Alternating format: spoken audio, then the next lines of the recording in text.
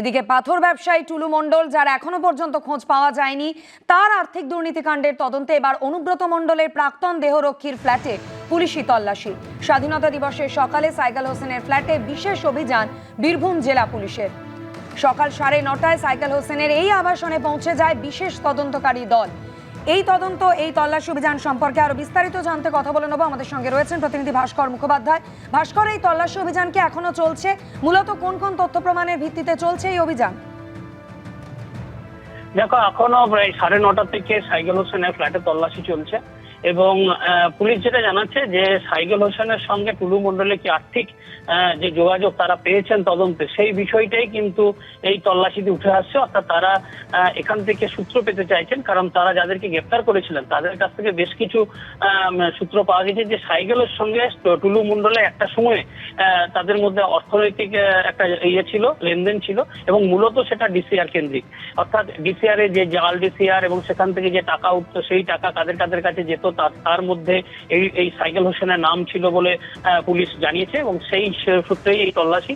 অন্যদিকে সাইকেল হোসেনের পাশেই টুলু মণ্ডলের শালার একটি ফ্ল্যাট রয়েছে এবং সেটি হচ্ছে মিন্টু শেখের এবং এই মিন্টু শেখের ফ্ল্যাটেও তল্লাশি চালাচ্ছে পুলিশ। এবং মিন্টু শেখের পাশাপাশি টুলু মণ্ডলের আরেক শালা, তার বোলপুরে আরেকটি বাড়ি রয়েছে, তার হচ্ছে মিঠু শেখ। সেই মিঠু শেখের বিশাল বাড়িতে সেখানে তল্লাশি চালানো হচ্ছে এবং সেই বাড়ি এতটাই বড় যে বাড়ির ভেতরে সুইমিং পুল থেকে সমস্ত আধুনিক যেসব সুবিধা থাকার কথা সেসব সমস্ত সুবিধা রয়েছে, সেখানেও পুলিশ তল্লাশি চালাচ্ছে। এবং একটা জিনিস খুব পরিষ্কার যে পুলিশ বারবার কিন্তু এই যে টুলু মণ্ডলের যে টাকার কথা পুলিশ বলছে, অর্থাৎ আজকেও সরকারি আইনজীবী তিনি বলেছেন প্রায় 3,600 কোটি টাকার দুর্নীতি হয়েছে। এই যে বিশাল টাকার দুর্নীতি হয়েছে, সেই দুর্নীতির সঙ্গে কারা জড়িত রয়েছে, কিভাবে এই দুর্নীতি হয়েছে এবং এই টাকা কাদের কাদের কাছে গেছে। কারণ সরকারি আইনজীবী জানিয়েছিলেন যে তারা একটি ডায়েরি পেয়েছেন, সেই ডায়েরিতে সরকারি আধিকারিকদের নাম উঠে এসছে এবং এছাড়াও বিভিন্ন নাম রয়েছে যেখানে টাকা দেওয়া হয়েছে।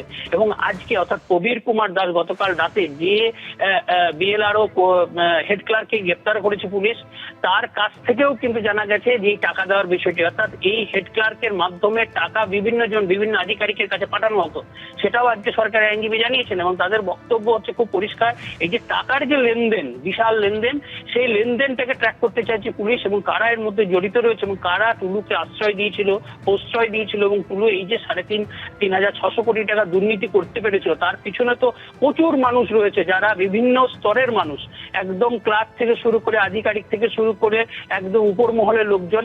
কারণ এই সাইকেল হোসেনের যদি পরিচিতি আমরা দেখি, তিনি একজন শুধু পুলিশ কর্মী নন, তিনি ছিলেন অনুব্রত মণ্ডল একটা সময় যে জেলা সভাপতি বীরভূমের এবং তার কথাই শেষ ছিল এই অনুব্রত মণ্ডলের প্রধান দেহরক্ষী ছিলেন এই সাইকেল হোসেন।